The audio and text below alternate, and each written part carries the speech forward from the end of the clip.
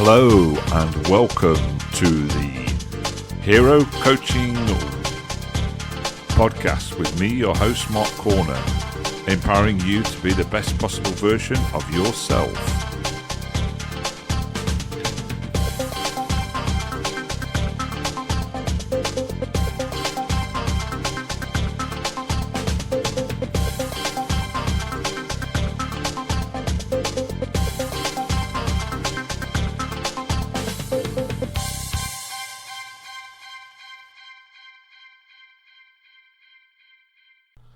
Hello, happy, beautiful day, and welcome to another Hero Coaching Podcast with me, your host, Mark Corner. And today we are talking about sleep.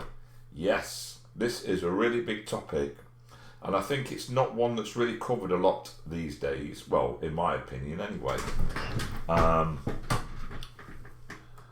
It's one of those things that we very rarely talk about, but it's one of those things that's really, really important. And I don't know about you, but if I don't get enough sleep, then basically I'm like a zombie walking around, like a robot. I have brain fog, I can't concentrate, making decisions is a lot harder than it would be normally, and so on and so forth. You get the idea. I mean, for me, personally, I can manage on 6.5 hours, but more is better for me. But going the other side of that, if I go into over 8 hours, or sometimes I've had 10 hours, but I think that's just when I've not been in a very good place. Like when you get depressed or you don't feel like getting up in the morning. Then when I go the other, for me, I've just got to hit the sweet spot between 6.5 and 6.5 hours and 8, if possible, but I can manage on 7.5. And I track my sleep with a Fitbit. How accurate that is or not, I don't know, but I can certainly tell when I've not had enough sleep. So, what can we do to get more sleep? Well, there's one or two things that you can do. Sleep is a circadian rhythm based thing. Your circadian rhythm is based upon sort of like day and night phases, etc. So it's important to go to bed. Just going to have a sip of coffee here, folks. This is real, this is live. That's better. Yeah.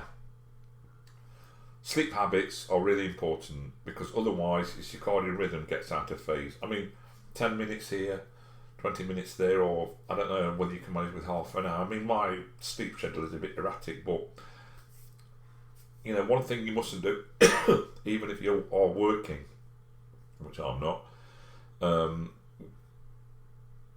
it's important to have a sleep schedule. So let's say you go to bed at 8 o'clock at night, and then for me that's getting up at 3 o'clock or 4 o'clock, to just depending. I mean, it varies. Or if I go to bed at 9, then I'm looking to get up at, I don't know, or depending on when I fall asleep, because it's not an exact science, as we will probably know. Then I'll probably wake up at, I don't know, about 4, 5 o'clock. It just depends. So here are some of my top tips about sleep. 8 hours is a bit of a myth, and quality is more important. And one of the most important things is deep sleep, because this is where all the hard work goes on. If you miss deep sleep, which is one of those things that can happen to you if you're depressed, then you're more likely to feel groggy. Now, there's different phases of sleep. There's like REM, NREM and REM, I think it is. And you basically, if you have a look for sleep cycles on Google, you'll see that this sort of like go. It's a bit like a up and down. It's a bit like having energy levels in the day. It goes along, down, up, along, down, up, along, down, up. And if you don't go through all the cycles properly, the likelihood is, so if you don't get enough light sleep, you might feel a bit cream crackered. But if you don't go through the deep sleep, which is where your body repairs itself, then you're gonna have more problems. And deep sleep is where you get delta waves, and I'll talk about that a bit later on as we go on. So let's just see where we are. Okay, right, I'll just keep going. We live in a society these days where smartphones and tablets and televisions, everything's lit by LEDs, and these things are super bright. And the more or less like light, you know, like the light that you get from outside, and that will shut your melatonin off, basically. So it's not going to. So really, you need some artificial light in your eyes. Sorry, getting a bit dry again. More coffee. Yeah, and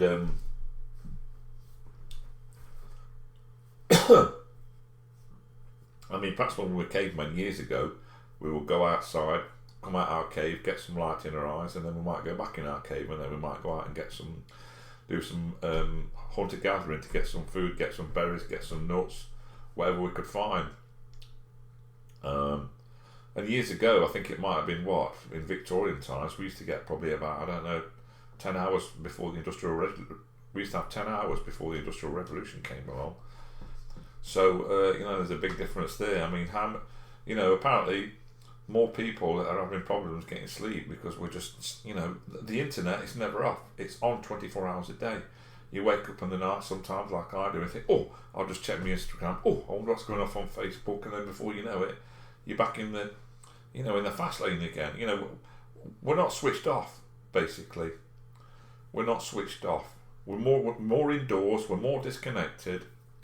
You know, we're not becoming. We're going backwards. We're not like we were years ago. You know, we're descended from tribespeople, basically, where we used to look out for each other, and we're not like that now. You know, we're not looking out for each other. Well, that's certainly the sort of thing that I'm seeing anyway. Right. Okay. Back to the topic on hand. I digress. One of the most important things is temperature. 18 degrees C, and I'm in the UK, and what it is in the States for that in Fahrenheit is, I don't know, you'll have to look that up. So if you're too hot, you're very likely to not sleep very well, and that is one of the things that affects me. Whether there's anything I can do about that in the future, I don't know. I've perhaps thought about sleeping in the garden, whether it'll make a difference or not, I don't know, but I quite like being outside. I've already covered time is important. If you're suffering from insomnia, it will be more than 3 nights in a 2-week period. So if you've got 1 week, 3 nights, and another week, 3 nights in a 2-week period, then you've got insomnia. Your room must be dark.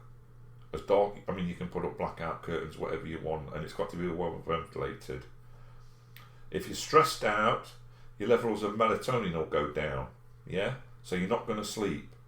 So that's another important factor. And also, another thing about melatonin, as you get older, it goes down as well. So that's something else that you have to contend with. Have a bath or a shower. Why? And not cold water. It needs to be hot because it will lower your body temperature. Either will do. I mean, I tend to have hot showers. If you're stressed, take some magnesium. It'll relax your nervous system. I often meditate before bed, not always, but sometimes. Don't exercise before you go to bed. Don't eat food. Don't drink water. 2 or 3 hours. I mean, sometimes if I eat food, say, I have my tea sometimes, just I've noticed late, and I'm waking up in the night, I can feel my stomach churning and stuff. You need to, let you.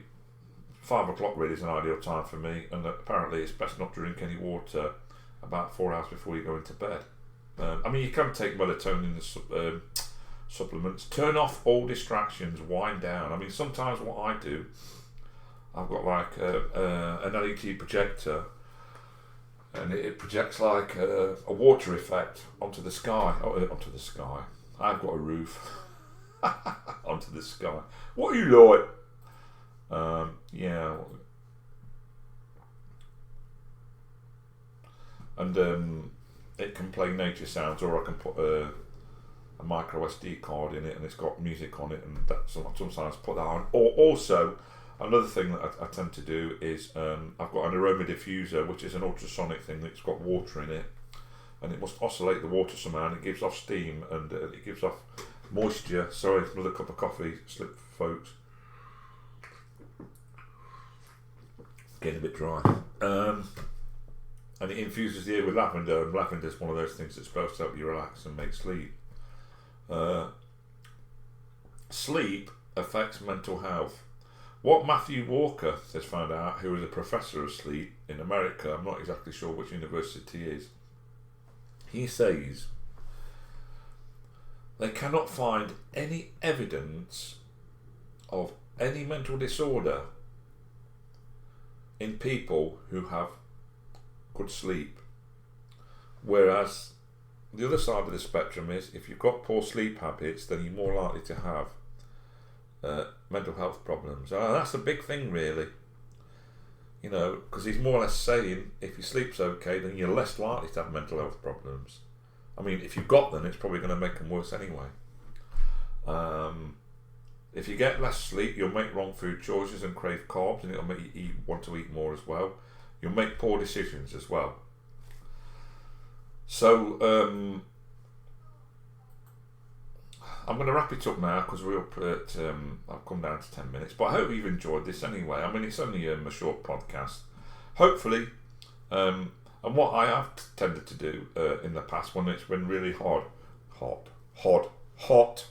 beg your pardon, I've got like a gel pad. You put it in your refrigerator, don't freeze it because that's what I did. It's made by JML, and it cools down, and then one of the most important factors when it's hot is to keep your head cool. It lasts for a certain amount of time and then it warms up. And also another thing I've used when it's been hot weather is a hot water bottle. Put it in the freezer, filled it up with water, and then it's like you've got a big ice pack. And another thing I've got is a ceiling fan, which goes anti-clockwise, so it gives like a wind chill effect. But that doesn't always work when it's red hot. I mean, if it goes up to about 27, 28 degrees, no chance, it's just too hot. Anyway, I'm going to close this podcast now. I'm going to say happy, beautiful day. Much love. This is your host, Mark Corner, signing off. Goodbye, take care, and have a great day. Thank you and for listening.